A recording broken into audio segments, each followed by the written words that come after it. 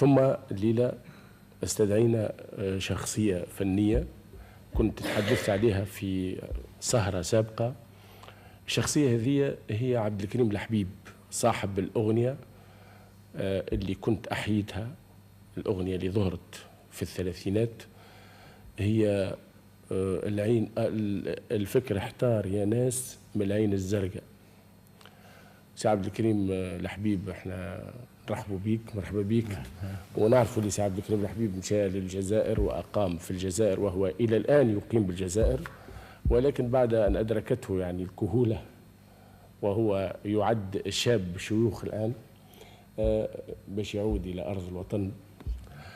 ونحب نقدم لكم في أول هالسهرة هذه تقسيم على العود من أصابع قديمة كنا نستمع إليها، هي الأصابع واللمسات والدوسات متاع عبد الكريم الحبيب.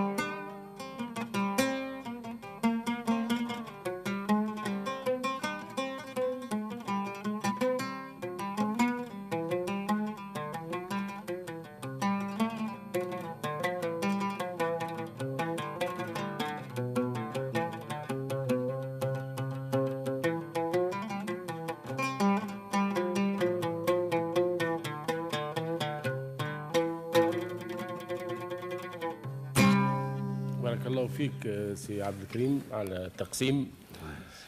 سي عبد الكريم، تعرف اللي انت من اللي مشيت للجزائر وفرقت أرض الوطن خليت نقص في الأغنية الخفيفة أو التقطوقة، وإذا كان نحب الأغنية الشعبية بوجه عام، نعرفوا اللي الأغاني هي تنقسم على قسمين: أغاني كبيرة لها دائرة ومركبة، والأغاني هذه يفهموها كالفنانين وما ينجموا يغنيوها إلا الفنانين. وفما الأغنية الشعبية اللي تتكون من ميزورات قليلة، واللي هي تنتقل بسرعة إلى الذهنية الشعبية ويرددها الشعب بسهولة.